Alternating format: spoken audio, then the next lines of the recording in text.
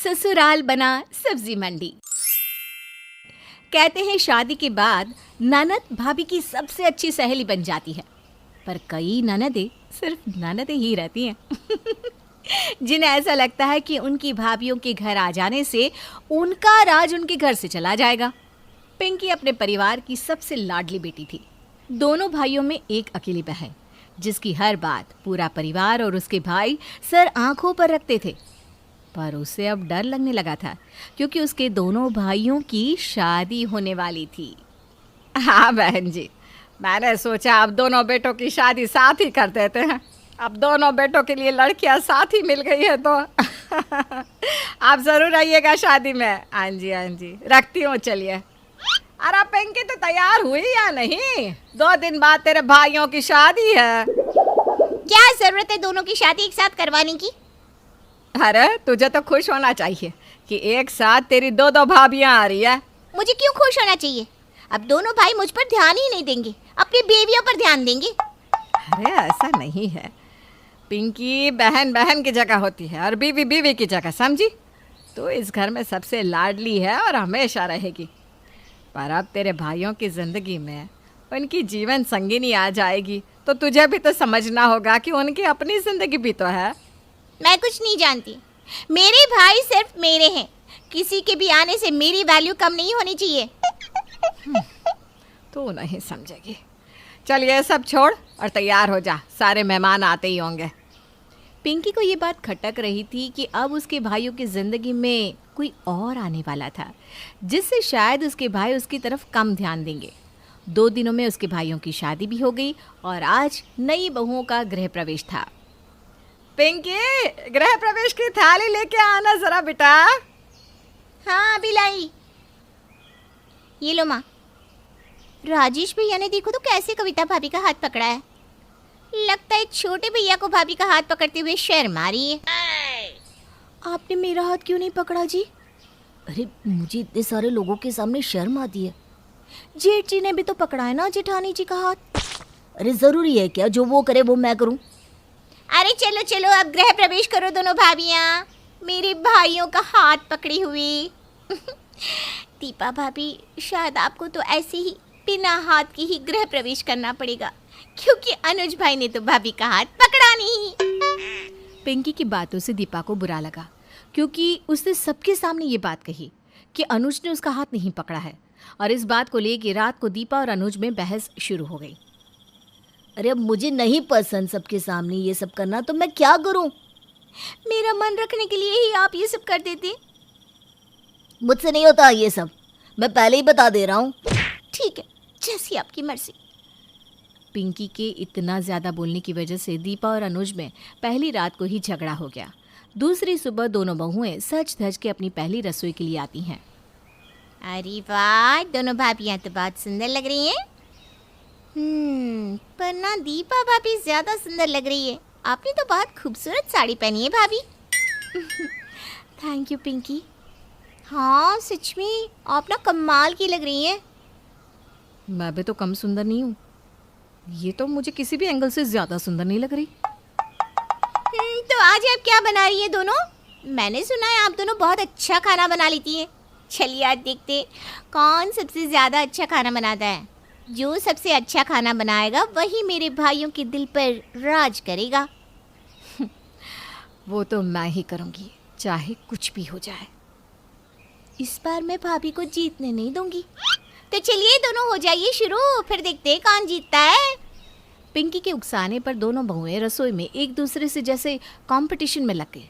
दोनों ये चाहती थी कि वही जीते, इसलिए एक दूसरे से अलग अलग खाना बनाने लगी, जिसकी वजह से दोनों ने ढेर सारा खाना बना दिया। अरे यह क्या है, इतना सारा खाना? ये हमारे घर के लिए बनाया है या पूरे मोहल्ले के लिए? और तुम दोनों ने सब कुछ अलग अलग क्यों बनाया? साथ में बनाती तो वक्त भी कम लगता और इतना सारा खाना भी नहीं बनता। माँ जी, ये सब मैंने बनाया है, अब खा के देखिए ना। माँ जी आप ये खाइए, ये सारे पकवान मैंने बनाए हैं। हाँ हाँ ठीक है, यहाँ कोई कंपटीशन थोड़ी ना है जो तुम दोनों इतना सब कर रही हो। वो बात तो है माँ जी, पर मुझे लगता है कि मैंने ज़्यादा अच्छा खाना बनाया है। आप ऐसा कैसे कह सकती हैं? मैंने इतने सारे पकवान बनाए हैं। अरे अब बस करो, दोनों ने अच्छे अच्छे पकवान बनाए, दोनों बेस्ट हो बस। पर कल से एक साथ मिलके खाना बनाना, ठीक है? पिंकी की यही कोशिश रहती कि वो दोनों भाभीियों के बीच और उनके पतियों के बीच में फूट डलवा सके, जिससे दोनों भाई हमेशा उस पे ही ध्यान दे। अरे वाह भाई, आप क्या लाए हैं? मैं आज सबके लिए आइसक्रीम लाया हूँ। ये ले, ये तेरी फेवरेट। और दीपा, ये तुम्हारी फेवरेट आइसक्रीम। तुम्हें ये फ्लेवर पसंद है ना? अरे वाह भाभी, देखिए मेरा भाई आपका कितना ध्यान रखता है। और एक आप है, आपको तो ये भी नहीं पता कि मेरे भाई को ये सब्जी बिल्कुल पसंद नहीं। हाँ, अब ऐसी बात नहीं है, वो बस ना मेरे ध्यान से निकल गया। मैं अभी और कुछ बना कर लाती हूँ। रहने दो, अब मुझे भूख नहीं है। अरे पर सुनिए तो। अनुज नाराज होकर अंदर चला जाता है। पति चाहे कुछ भी कर ले, पत्नियों को उनकी कदर नहीं होती। हम पत्नियां भी आपके लिए कम नहीं करती हैं। भाभी, आप मेरे भाई से कैसे बात कर रही हैं? आपको पता है, उनसे इस घर में ऐसे कोई बात नहीं करता। ये हम पति पत्नी के बीच की बात है, तुम बीच में मत बोलो। हाँ हाँ, मैं होती कौन हूँ बोलने वाली। तुम मेरी बहन से ऐसा बात नहीं कर सकती। उसने क्या गलत कहा? पिंकी की दखलंदाजी उनके भाइयों के मामले में बढ़ती जा रही थी, जिसका असर उनके रिश्तों पर पड़ रहा था। यहाँ तक कि देवरानी जिठानी भी आपस में अब ठीक से बात नहीं करती थी। पर इन सब की खनक कमला को लग गई थी। ये पिंकी की वजह से ही सारे घर का माहौल खराब हो रहा है, कुछ तो करना होगा। कमला को पिंकी के इरादों का अंदाज़ा तो लग चुका था, इसलिए अब उसने सोचा कि उसे समझाने से कोई फ़ायदा नहीं, उसे एहसास करवाना होगा कि वो गलत है। पर कैसे, वो अभी तक कमला को समझ में नहीं आ रहा था। ऐसे ही कुछ दिन गुजर गए और एक सुबह फ़ोन बजता है।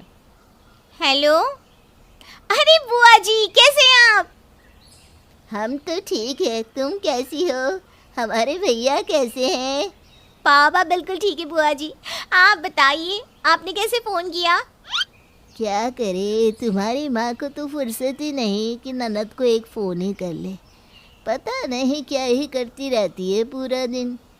अरे बुआ जी, ये सब बिल्कुल नहीं है। आप तो जब देखो मम्मी के पीछे ही पड़ी रहती हैं। अरे तो क्यों न कहे, तुम्हारी मम्मी हमारी भाभी है और वो हमारा ध्यान नहीं रखते तो कहेंगे ही ना। पहले हमारे भैया के लिए हम ही थे बस, पर तुम्हारी मम्मी के आने से उन्होंने हमारी जगह ले ली। आपको किसने कहा हमारी मम्मी ने आपकी जगह ले ली? उन्होंने तो कभी आपके और पापा के बीच में आने की कोशिश नहीं की। उल्टा आप ही हमेशा मम्मी और पापा के बीच आती रहती हैं। अच्छा, तो जो गलती हम करते थे वो अब तुम क्यों कर रही हो? क्या? हमने आज तुम्हें इसीलिए फ़ोन किया क्योंकि तुम्हारी मम्मी ने हमको बताया कि तुम भी हमारी ही तरह गलती कर रही हो। हम भी अपनी नादानी में ऐसे ही तुम्हारे मम्मी पापा के बीच में आया करते थे, पर जब हमें एहसास हुआ ना कि हम गलत हैं, तो तुम्हारी मम्मी और मैं पक्की सहेलियां बन गई। देखो पिंकी, बहन और बेटी तो हमेशा ही घर की लाडली रहती हैं, पर इसका मतलब ये नहीं कि जो अपना सब कुछ छोड़कर तुम्हारे घर आई है, हम उनसे ही ठीक से बर्ताव ना करें, हैं? इससे तुम्हारे भाई और घर का ही नुकसान होता रहेगा। अब मुझे आशा है कि तुम्हें बात समझ में आ गई होगी, आई ना? जी बुआ जी, हम समझ गए। आज के बाद हम ऐसा कुछ नहीं करेंगे जिससे भाभीयों को तकलीफ़ हो या उनके बीच झगड़े हो। ये हुई ना बात। कमला ने अपनी ननद के द्वारा पिंकी को उसकी गलती का एहसास करवाया और पिंकी समझ भी गई। उसके बाद उसने ऐसा कुछ नहीं किया जिससे घर घर नहीं बल्कि सब्जी मंडी लगने लगे, जहाँ हर कोई बस एक दूसरे से लड़ता झगड़ता रहता है।